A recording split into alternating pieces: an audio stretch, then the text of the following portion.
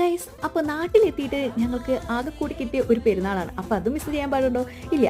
അപ്പോൾ ഞങ്ങൾ നൈറ്റ് തന്നെയാണ് പള്ളിയിലേക്ക് വന്നിരിക്കുന്നത്. പെരുന്നാളൊക്കെ കാണണമെങ്കിൽ നൈറ്റ് തന്നെയാണല്ലേ രസം. ഈ ലൈറ്റ്സും കാര്യങ്ങളും ഒക്കെ കാണാനായാലും നല്ല വൈബ് ഈ നൈറ്റിൽ തന്നെ വരണം തന്നെയാണ്. ഒറ്റൊരു പെരുന്നാൾ കാണാനാണ് നമ്മളിപ്പോൾ വന്നിരിക്കുന്നത്. ഇവിടുത്തെ ഊട്ടുപെരുന്നാളാണ്. അപ്പോൾ ഊട്ടുപെരുന്നാൾ നാളെയാണ്. ശരിക്കും നമ്മൾ തലേദിവസമാണ് വന്നിരിക്കുന്നത്. തലേദിവസം നൈറ്റ് വൈബിൽ അങ്ങോട്ട് കാണാമെന്ന് വിചാരിച്ചു. അപ്പോൾ നമ്മുടെ 2 കസിൻസ് പറഞ്ഞതാണ് കേട്ടോ ഇവർ. അവരുടെ ഒപ്പമാണ് നമ്മൾ വന്നത്. ബൈക്കിൽ വേഗം വന്നിട്ട് വേഗം പോകാമെന്നാണ് വിചാരിച്ചത്. കാരണം നമ്മുടെ ഉണ്ണികളൊക്കെ മിസ്സിങ് ആണ്. നിങ്ങളത് ശ്രദ്ധിച്ചോ ഇല്ലയെന്ന് ഞങ്ങൾക്കറിയില്ല. ഉണ്ണികൾ മിസ്സിങ് ആണ്. കാരണം എന്താണെന്ന് വെച്ചാൽ ചേട്ടന്മാരുടെ കയ്യിൽ സുരക്ഷിതമായി ഏൽപ്പിച്ചിട്ട് ഞങ്ങൾ ഇങ്ങോട്ട് ഒറ്റയ്ക്ക് പോകുന്നു. ഇപ്പോഴൊക്കെ എല്ലാവർക്കും ചാൻസ് കിട്ടും ഇങ്ങനെ ഉണ്ണികൾ ഒറ്റയ്ക്ക് നോക്കാം. Come to the point. അപ്പം ഞാൻ ഈ വീഡിയോ എടുക്കാൻ തന്നെ കാരണം ഇതാണ്. പള്ളിയിൽ എത്തിയപ്പോൾ തന്നെ എൻ്റെ കണ്ണു കുടുങ്ങിയത് ഈ സംഭവത്തിലേക്കാണ്, ജയൻ്റ് വീലിലേക്ക്.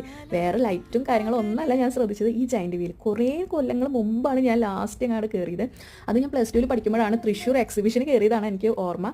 അന്ന് ഫ്രണ്ട്സിൻ്റെ ഒപ്പമാണ് പോയത്. ആ വൈബും എക്സൈറ്റ്മെൻറ്റ് തന്നെയാണ് എനിക്ക് ഇത്രയും കൊല്ലം കഴിഞ്ഞിട്ട് ഇതിൽ കയറുമ്പോൾ എനിക്ക് കിട്ടിയത് കേട്ടോ. പിന്നെ ഉണ്ണികളില്ലാത്ത മിസ്സിങ്ങോ കാര്യങ്ങളോ ഒന്നും തന്നെ എനിക്ക് ഉണ്ടാവില്ല. കാരണം അത്രയും സമാധാനം, അത്ര എക്സൈറ്റ്മെൻറ്റിലായിരുന്നു ഞാൻ പറയാൻ വേണമെങ്കിൽ. ഇതിൽ നിന്ന് എനിക്കൊരു കാര്യം മനസ്സിലായി. ഇങ്ങനെ ഒറ്റയ്ക്ക് നമുക്ക് വേണ്ടി മാത്രം നമ്മുടെ സന്തോഷത്തിന് വേണ്ടി കുറച്ച് ടൈമെങ്കിലും സ്പെൻഡ് ചെയ്യണം എന്നാണ് എനിക്ക് ഇതിലൂടെ മനസ്സിലായത്. ഇന്ന് നമ്മൾ റിഫ്രഷ് ആയ പോലെ തോന്നും. അതുപോലെ തന്നെ നമുക്ക് കൂടുതൽ ചാർജ് കയറിയ പോലെ ഭയങ്കര എനർജി ഫീൽ ചെയ്യാനായിട്ട് എനിക്ക് തുടങ്ങിയിട്ടു. അപ്പോൾ അത്രയേ ഉള്ളൂ. അടുത്ത വീഡിയോയിൽ കാണാം. ബൈ.